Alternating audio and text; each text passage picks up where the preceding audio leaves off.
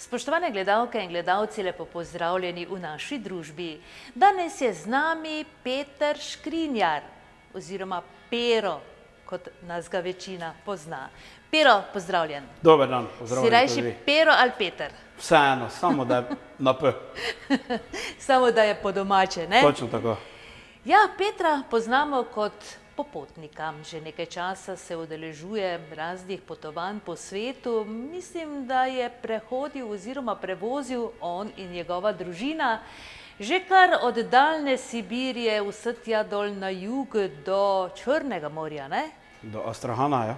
Ja, tako da je za njimi že kar lepa količina kilometrov in najbrž tudi izkušenj, veselja, kdo ve kaj. Zato pa je prav, da je Pero danes z nami, da nam bo več povedal o vseh teh tvojih potovanjih oziroma njihovih potovanjih. Peter, vse skupaj pa se je res najbrž začelo z Moskva turom takrat pred leti. Ja, dejansko je bil to še tista pika na i, da smo začeli res to malo več potovati, malo več razgledati. Navdušil pa me je sam sodelavec, ki je bil pač na eni prvi odpravi in dejansko on bil tisti, ki me je navlekel na vse to in zdaj mi je to nekako zraslo pod kožo in nekako, če vse na leto, enkrat, dvakrat, nekam malo ne odpeljamo, se mi kar zdi, da je nekaj narobe, ne? No, po vaših popotovanjih do Rusije, do Moskve smo veliko govorili, sproti je bilo povedano. Zelo zanimiva pa je vaša letošnja tura, ne? Odpravili ste se kar. Ja, odpravili smo se malo, kako bi temu rekel, na vzhod Balkana, na ene naše bližnje države, da jih malo spoznamo, malo vidimo, kako živijo, da tudi lahko primerjamo, kako mi živimo, kako oni živimo. Tako da je bilo kar zanimivo, ja? No, Romunija in Bolgarija sta pravzaprav tukaj nenavadne destinacije za obisk, ne? Mislim, da ni turistov tam, ali kako je? Ja, dejansko mi smo šli ta datum, ko še dejansko ni toliko turistov, ampak so večinoma samo tu pa tam vidiš kakega izgubljenega, tako smo mi bili, da čim neke večje koncentracije pa zdaj ni bilo. Jaz sem se tam pogovarjal z domačini, oni pravijo, da je pač v letni sezone je pač dosti teh obiskov, glede na to, ker dosti Romunov, recimo Romunov okrog 20 milijonov, oni dosti imigrirajo po svetu, oni so recimo Španija, Italija in to, in pol oni imigrirajo nazaj domov v domače kraje in potem je tudi v njihovih koncih čutiti, da je sezona, da so turisti, ne? Dočim nekih drugih turistov pa jaz trenutno v teh državah, recimo v Romuniji, nismo videli, so bili recimo v kakšnem res turističnem mestu, si videl kakšne Kitajce, Korejce, Japonce, ti pa vemo, da toliko koliko jih je, da kam stopiš, tam vidiš enega takega, ostalih evropskih držav pa zelo, zelo malo ali celo nič. No, torej prva vaša postojanka je torej bila, oziroma vaš cilj je bil Romunija, odpravili ste se torej 20. maja iz Veličan. Kako je potem to vse skupaj potekalo? Kje ste šli čez mejo in kaj je bila torej v Romuniji vaša prva postojanka? Ja, odpravili smo se na pot, moramo reči, da malo smešno, ne? Vse skupaj napakiramo, moram reči, da smo potovali z kombijem, ne z osebnim vozilom, ker nas je bilo 6 normalnih ljudi in pač smo najeli kombija. Kombija nam je pač sponzorirala ena firma, ki nam ga je pač posodila za ta dan oziroma za to potovanje. In seveda, prva dogodivščina, mi se odpravimo, poberemo našega Simona, se peljamo, jaz se primem za žep, vprašam, ni telefona. Nazaj k meni domov po telefon. Se odpravimo nazaj, peljamo 10 kilometrov, pravi Simon tak, jaz pa nimam pasoša. Obrnemo nazaj in prva ura je nič drugo ni bila, kot samo vožnja po domači kraji, da smo še vzeli tisto, kaj smo pozabili. Sicer so to bile večerne jutranje ure, tam okoli 1:30 zjutraj. Potovali smo preko Madžarske proti Budimpešti in pol z Budimpešte proti romunski meji.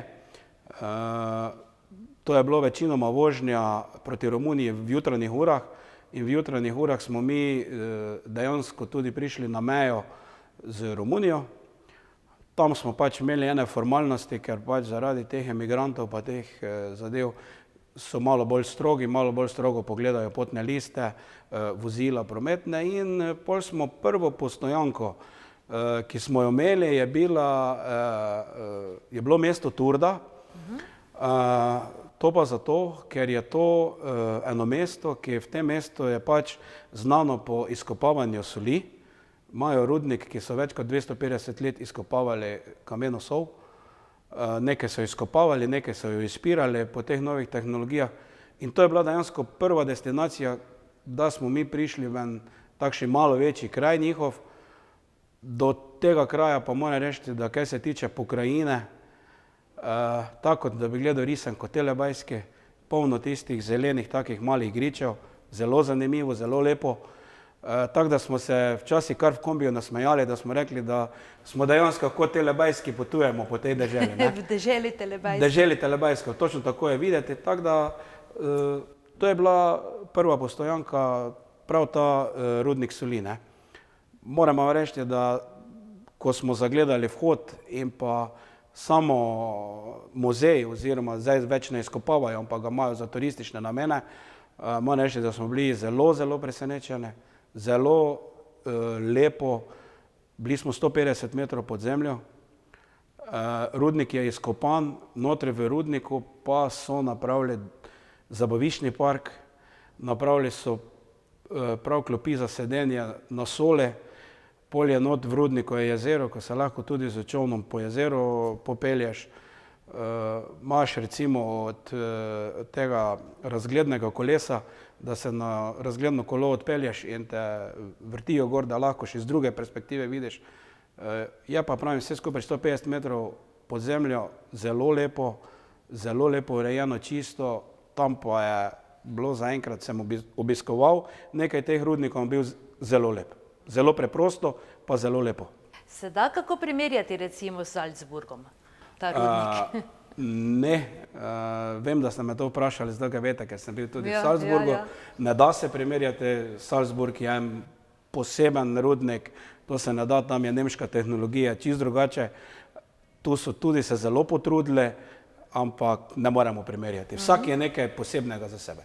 No, Peter, preden nadaljujeva, povej nam, kako si vi pravzaprav začrtate pot, kako si pripravite, si naredite kakšni načrt doma, kako boste, kam boste šli? Jaz ponavadi tako, kaki 2-3 mesece sedim pri računalniku, pa mi hodijo po glavi vse živi kraji, pa ono, pa tisto, pa gledam, pa se pogovarjam malo z ženo, malo sem, pa ona včasih odkimava, ja, včasih ne. Pol na koncu pa, ko jaz to malo na papir danem, pa so vsi zadovoljni, samo da krenemo od hiše in da se nekaj godi, da nekaj doživimo. Da ste na poti, ne? Da smo na poti, ja. No, naj že povemo, da vas je torej bilo 6, ne? 6 nas je bilo, ja. Tvoj brat Boris, potem še in njegova Kornelija, hčerka Maja. Hčerka Maja in pa od Natalije brat Simon, ne? Simon, ja, tako da ste bili prava domača ekipa, kar je verjetno bilo odlično. No, naj še povem, da se ta rudnik imenuje Turda, ne? Tako je tukaj zapisano. Kam pa vas je potem peljala pot? Aha, šli ste po tisti poti, po Alpah. Ja, prvo smo si tudi ogledali to znamenito cesto Transalpina, ne. To je trenutno najbolj znana cesta, ki je pač v Romuniji narejena na novo. Transalpina je pač tudi najbolj popularna, zato ker je ena britanska televizija posnela en dokumentarec po njej in od tistega časa je magnet za motoriste in za ostale voznike, ne. Cesta sega ta ovinkasta tam tudi do 2150 metrov, ne. Tako da je kar za videti, mi smo prišli celo že v oblake, ne, ker je bila nizka oblačnost. Enega časa je bil lep razgled, drugega časa spet ne.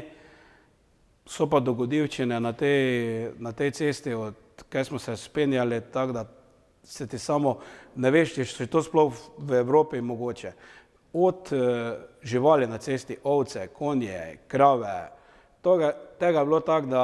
No, na kakšni višini pelje ta cesta? Kje je ta višina, največja višina je 2150 metrov, to je najvišja točka, ki jo dosežeš z vozilom bilo katerim. Ne? Je možnost pol, da izstopiš, pa še imaš kakih par metrov peški, da si najvišje, ampak to je ena najvišja točka. Ne? Vi ste se torej povzpeli na vrh? Mi smo se na Transalpino smo se povzpeli, tudi smo šli po njej na drugi strani nazaj, tako da je kar zanimivo, tudi kaj se tiče pritiska v ušesih, gor, dol, vožnje samih ljudi tam, ko jih vidiš, ko se vozijo, tu je edino toliko vredi, da je več kot 50% resno novo narejeno in je zelo gladek asfalt, brez luke, brez vsega. No, kakšne so sicer ceste po Romuniji? Po Romuniji vam povem, v Sloveniji jamramo, kako imamo luknjaste, ne? Tam pa je še luknja na luknja, 50 odtenkov sive na cesti, ne? To je nenormalno, to so luknje take, da lahko, da se ti potepuški psi, ko hodijo po ulicah, po cestah, normalno notri v luknjah ležijo, vse, pravim, katastrofa po stranskih cestah, kaj smo se mi vozili večinoma po stranskih, ker mi smo si gledali podeželja, ne glavna mesta, katastrofa. To pomeni, da je tudi vaš cilj, da spoznate podeželja drugod. Ja, Vas to bolj zanima kot mesta? Ja, to imamo nekako tako začrtano, da velikih mest nekaj ne obiskujemo, kajti velika mesta so gneča, ves prestiž tista država da v svoje mesto in ti dejansko ne vidiš, kako ljudje živijo. Ti moraš iti na podeželje, ti moraš na podeželju videti majhne kmetije, majhne hotele, da vidiš, kako živijo, z njimi pogovoriš in vidiš, kje je ta razlika med nami in med njimi. Ne? V velikih mestih je vse moderno, vse novo, je pa revščina oziroma slabše ljudje, pa slabši standard, pa živi nekaj na podeželju. No in kako ste se recimo pogovarjali, kako ste komunicirali Ja, z ljudmi? z Romunije tak, ne. Tu, ko smo mi potovali, je tudi ena moldavska manjšina. Oni govorijo malo romunsko, malo moldavsko. Zdaj, če ga greš točno v angleščini vprašati, kaj bi rad, ti ne bo ve odgovoriti, ker vsega ne razume. Tako da je boljše, da mu ti poveš tako nežno, malo italijansko, zato ker italijansko nekaj razumejo, pa največji pogovorni znak je tak, roke, ne. To je največji pogovorni znak in to se zmeniš vse, ne. Vse posod prideš. Vse posod se zmeniš, ne. No, seveda ste bili tudi, ja, kje? Drakula, ne? Grad Drakula, to ste si tudi najbrž ogledali, to je znano za Romunijo. Ja, bili smo v mestu Bran. Mesto Bran je pač znano, potem pa tudi fejst turistično gojijo glede tega grada. Sicer dejansko zadeva malo napihnjena glede Drakule in vseh teh filmov, ki so bili. Sicer so znaki določeni, da bi naj ta vladar Tepeš, ko je vladal, da bi on naj imel neke možnosti oziroma da tudi so izpostavljene tam ene take močilne naprave, kakšni stole oziroma kaj takega. Drugače pa grad izredno lepo urejen, kajti v tem gradu je vladalo več totih njihovih naslednikov. Zdaj so ga naredili v turistične namene, zelo lepo, tudi notranjost zelo lepo predstavljena, predstavljena pač cela zgodovina gradu od začetka, kaj se je pač začelo, pa do konca, kaj so vladali ta zadnji graščaki, ne.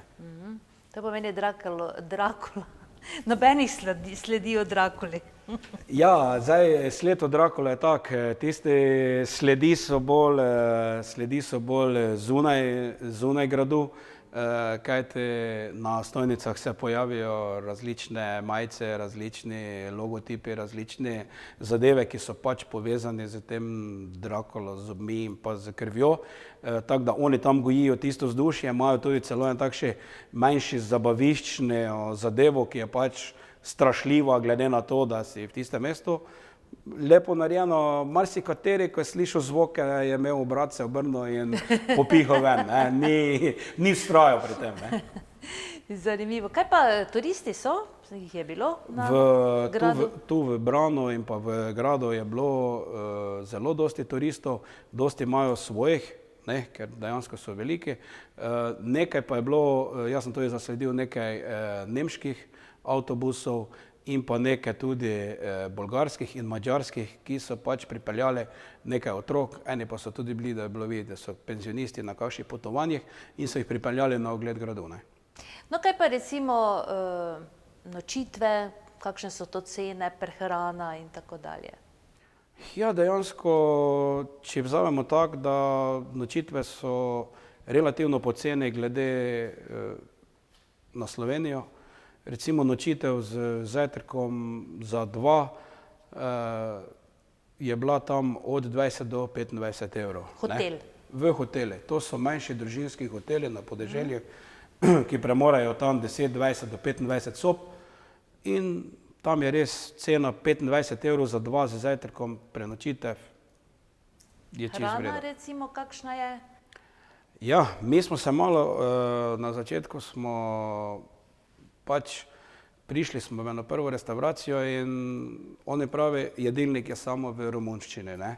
Ni bilo v nobenem tujem jeziku napisano in on pravi, da bo on to nam malo z eno lahko angleščino povedal, kaj nam nudi, ne. In on lista tisti jedilnik, kaže to in on zanimivo pride do ene in pravi, to pa je naša tradicionalna jed, ne. In ga mi gledamo, kakšna tradicionalna jed, ja, moldavska tradicionalna, aha. On je Moldavec in to za njega tam, tako da nekaj smo probali njihovih tradicionalnih, drugače pa so bolj ali manj so mojstri žara, tu se posvečajo dosti temu, tako da večinoma je bil žar ali pa kakšna njihova specialiteta, ne.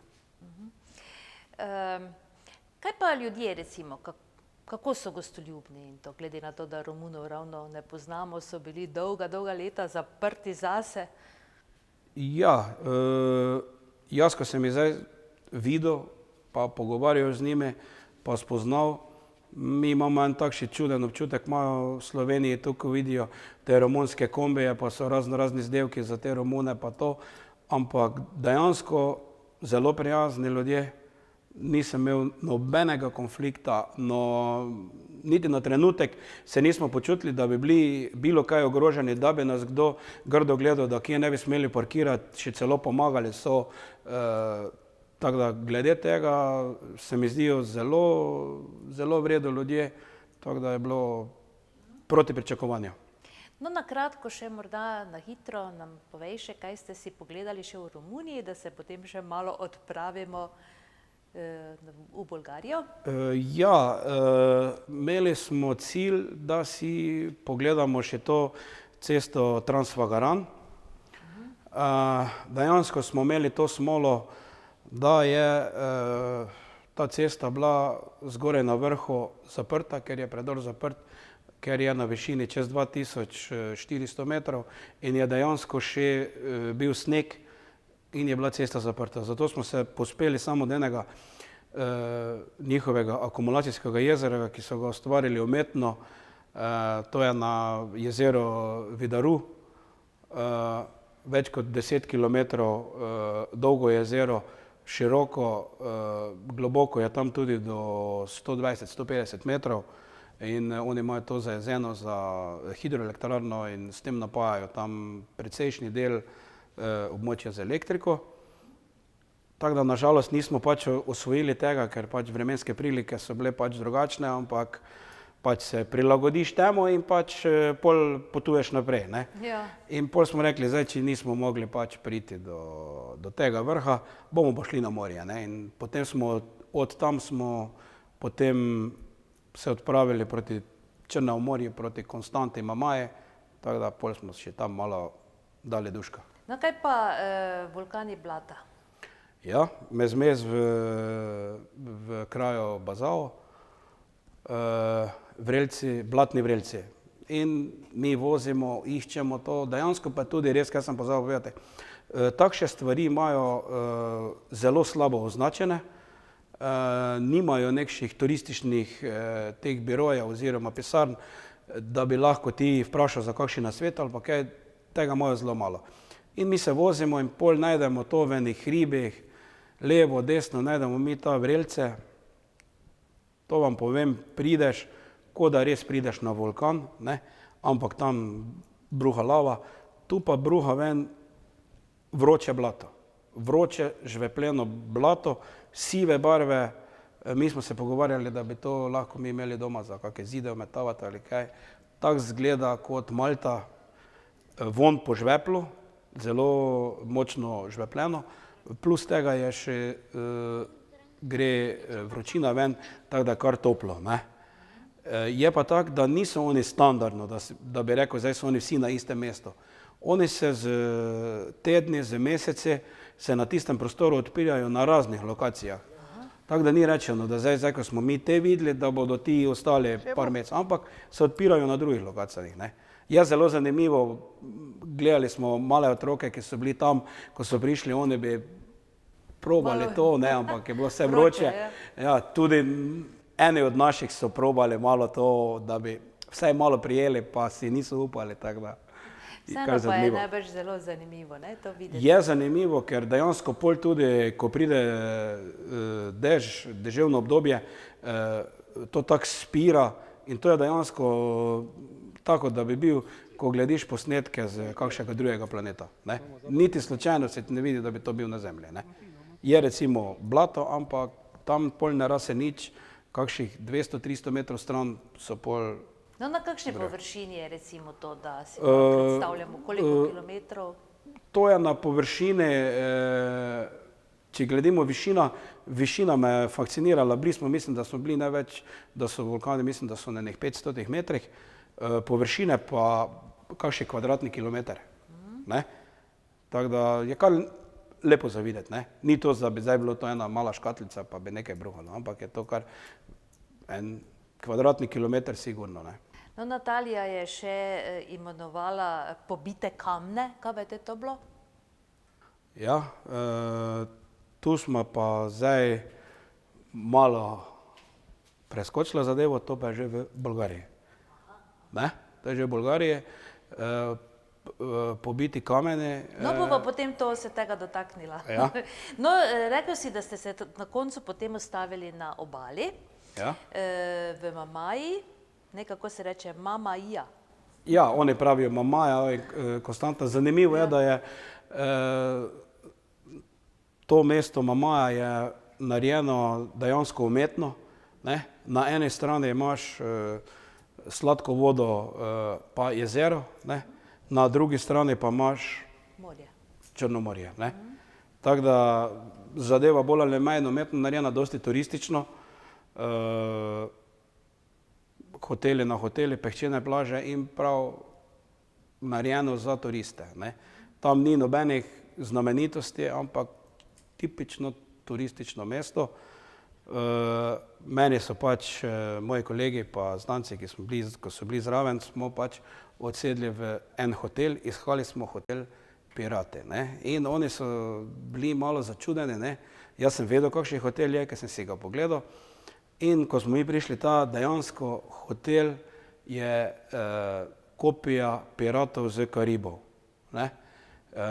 Vsi ti igralci so v lutkah, recepcija narejena, kot da si v ladji, stojiš na podu, kot da stojiš v vodi, pa ribe plavajo okoli tega, papiga, tako da res, kot da smo prišli v piratski hotel. Ja. Super, zanimivo.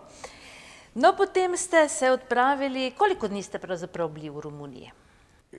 Ja, v Romuniji mislim, da smo bili 5 dni. Potem 5 dni smo bili v Romuniji, pol pa smo z Romunije smo potovali proti Bolgariji. Hoteli smo videti tudi, kak je Varna. In po vseh teh gledaš to njihovo turistično destinacijo Varna, zlata plaža, Golden Beach, in tam smo se ustavili. Tam je tudi zelo turistična zadeva, ne, lepo skomercializirana, dosti hotelov, plaže, prijazni ljudje, zelo, tam sem rekel, da bi še včasih bilo dobro odsedeti na ležalniku kakšnih par dni, ne. Pa tudi Bolgari so se mi videli bolj odprti, lažje pa smo tudi komunicirali z njimi, zato ker oni imajo tudi slovanski jezik in smo lahko recimo v našem bratskem jeziku srbščine smo se lahko pogovarjali. Tako da smo se tam čisto normalno smo se z njimi pogovarjali srbsko, hrvatsko, oni vse razumejo, mi smo vse razumeli, tako da je bilo kar v redu, ne. No, Bolgarija je kar nekako tudi, mislim, ne da bi bila zaprta vase oziroma zase, ampak malo vemo o Bolgariji, ne? Se ti ne zdi? Ja, Morda po krivici, ne? ja, mislim, da po krivici, drugače pa zdaj, kaj mi smo si eno malenkost Bolgarijo gledali, ker drugače še nazaj ne bi bilo domov, če bi si vse. Zelo zanimivo, ne?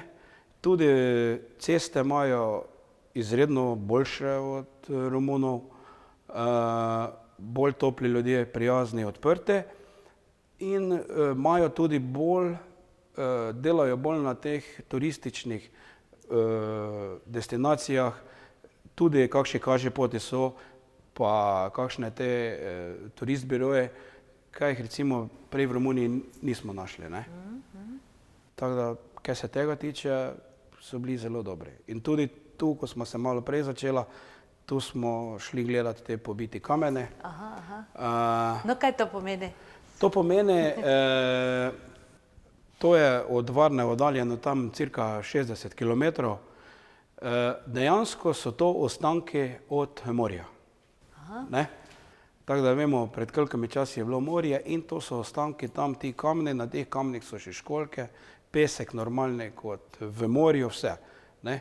In to se recimo, kamni stojijo kot eni stožci. Eni stojijo kot stožci, eni kot velike skale v morju, na morju. Tako da imaš res tisti občutek, da je nekdaj pred davnimi časi res morje bilo tam zalito pa vse, ne. Dobro so recimo, malo so skomercializirali, ne moreš si nič odgledati, brez da si kaj plačal, ne. Kar zanimivo, ne. No, kakšne denarne enote imajo pravzaprav v Bolgariji in kakšno denarno enoto v Romuniji? Ja, to Bolgarski so lev?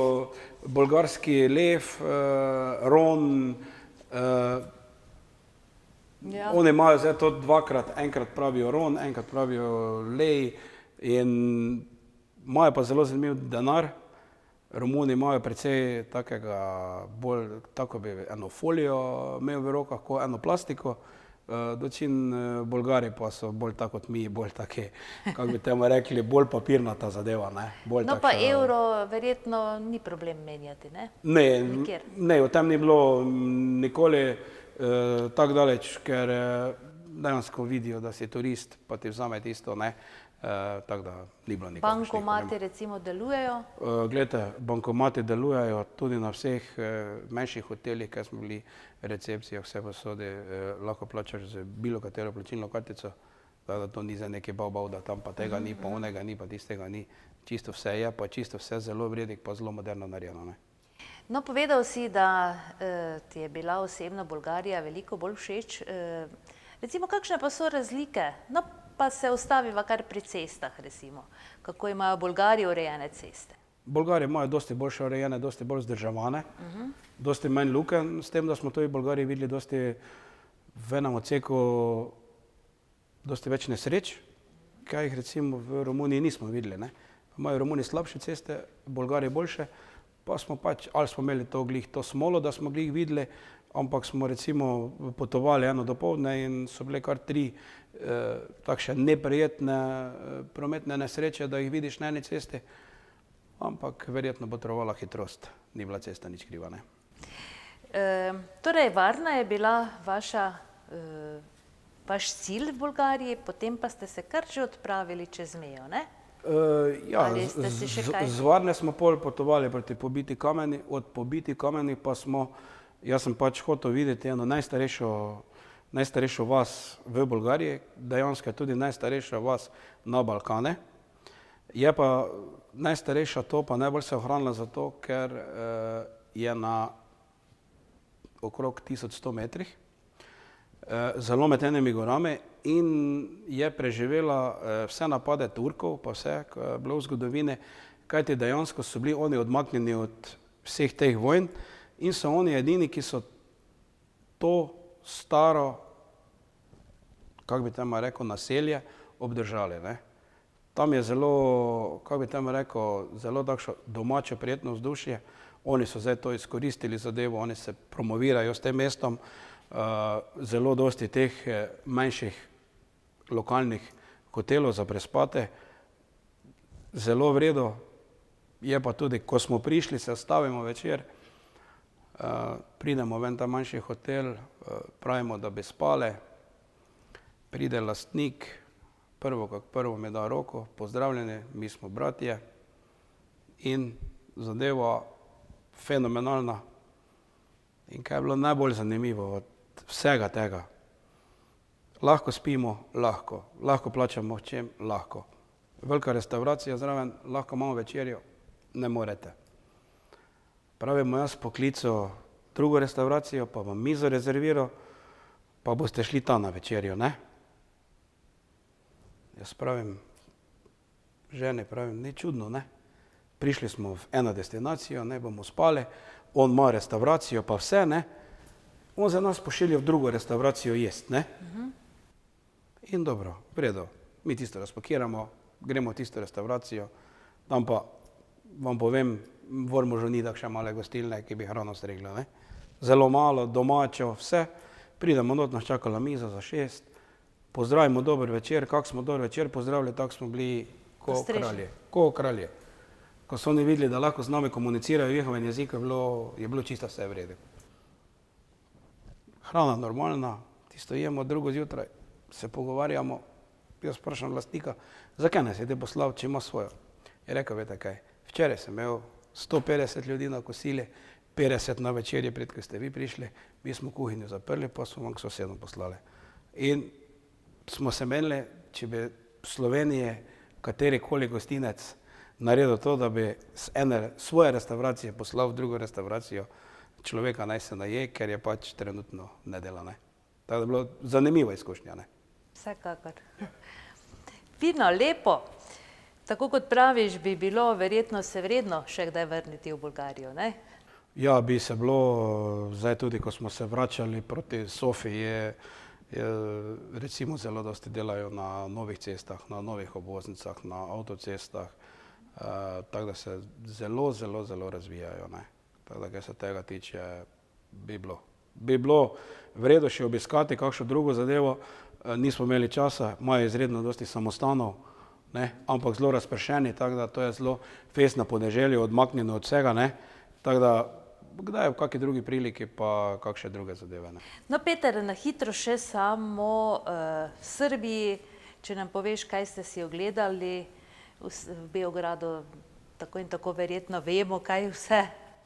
Ja, nekako potovali smo pol z Bolgarije proti Srbiji, rekli smo, da bomo se pač ustavili v Beogradu, gužva kot veliko mesto, normalno, in smo rekli, da bomo prespali v enem takšnem dobrem hotelu, hotel se je imenoval prav Jugoslavija, ne. Dobro, eni smo z tistih časov, eni, ko so bili zraven, niso z tistih časov, ne. Mala tista nostalgijica, pol kaka večerja na teh plavajočih ladjah, ki imajo restauracije gor. Ogledali pa smo si Kalamegdan, šli smo malo pogledati, kako se zlivata Sava, Donava in Drava. To smo si ogledali, pa predvsem je mene zanimalo pač Hiša cvetja. To je v sklopu enih muzejev v Beogradu.